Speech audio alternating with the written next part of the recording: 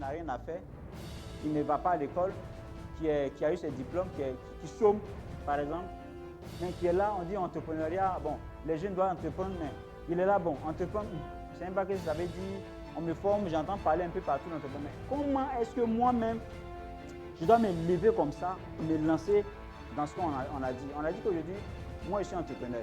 La première des choses, avant de te motiver à faire une activité d'entrepreneuriat pour peut-être te faire de l'argent, pour ne plus dépendre des autres, puisque tu n'as rien à faire à la maison, tu es assis là, tu es découragé parce que tu as perdu ton boulot, ou bien tu as de l'argent en banque, tu as épargné, mais tu ne sais pas ce que tu vas faire avec. Comment tu dois toi-même te motiver? Qu'est-ce qui va te motiver? Comment tu vas trouver la motivation pour le faire? Il y a d'abord la connaissance de soi. Il faut apprendre à se connaître toi-même. Quand tu te regardes là, il faut apprendre à te connaître. Et la connaissance de soi, c'est quoi? J'avais dit, c'est d'abord identifier ses talents. Heureusement pour nous, chacun d'entre nous, on a tous des talents. Toi-même, quand tu es assis là, tu sais quels sont tes talents. Il y a des gens qui ont cette capacité à vendre facilement. Ils savent vendre, mais ils vendent pour les autres. On est d'accord? Si on dit vendre là, tu sais vendre, ils vendent pour les autres. Mais cette capacité-là, pourquoi ne pas faire pour vendre pour toi-même? Par exemple. Donc, c'est d'abord identifier ses talents. Ça veut dire, ce que tu sais faire là, ça veut dire que naturellement là, ce que tu sais faire naturellement là, c'est ça, ce talent. Quelque chose que tu fais avec motivation, avec enthousiasme, ou bien de manière spontanée. Tu es bon, tu sais enseigner, tu sais parler aux gens, tu sais négocier.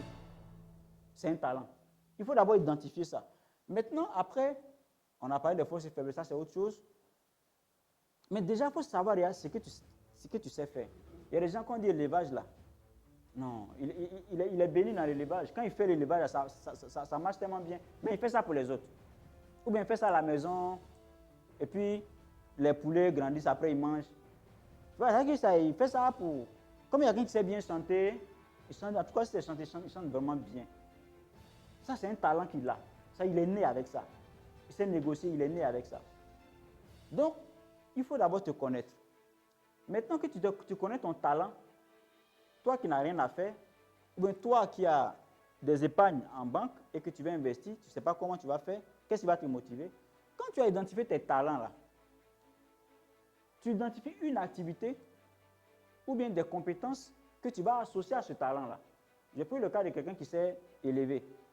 Tu sais élever, tu lèves, en tout cas à la maison, tout le monde sait que tu aimes bien les animaux, en tout cas tu sais bien élever tout ça. Donc, par rapport à cette compétence que tu as là, qu'est-ce que tu peux faire comme activité qui va associer à ça, qui va faire en sorte que tu vas avoir de l'argent? Tu vois que tu es en train de te motiver maintenant à te lancer dans quelque chose que tu vas faire.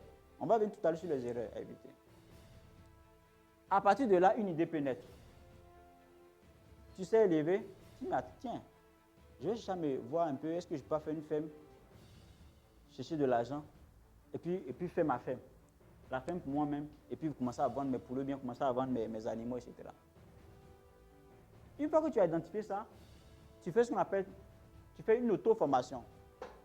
L'auto-formation, ça veut dire quoi? Tu sais ton talent, tu as associé à ton talent une activité que tu peux vendre. Après, tu cherches à lire ou bien à t'informer sur la vie des gens qui ont réussi en entrepreneuriat. Tu dis, mais tiens, moi je vais me lancer, mais qu'est-ce qui va me motiver? Bon, finalement, on dit que c'est une aventure, ça peut marcher comme ça peut réussir, donc pourquoi faire l'effort et tout? Tu peux lire, par exemple, les bibliographies ou les parcours des gens qui ont réussi dans ce domaine. Par exemple, tu veux faire l'élevage, tu peux te documenter sur comment réussir dans l'élevage, ou bien quelqu'un qui a déjà réussi dans l'élevage, tu peux te rapprocher de la personne pour lui demander des conseils par rapport à ça.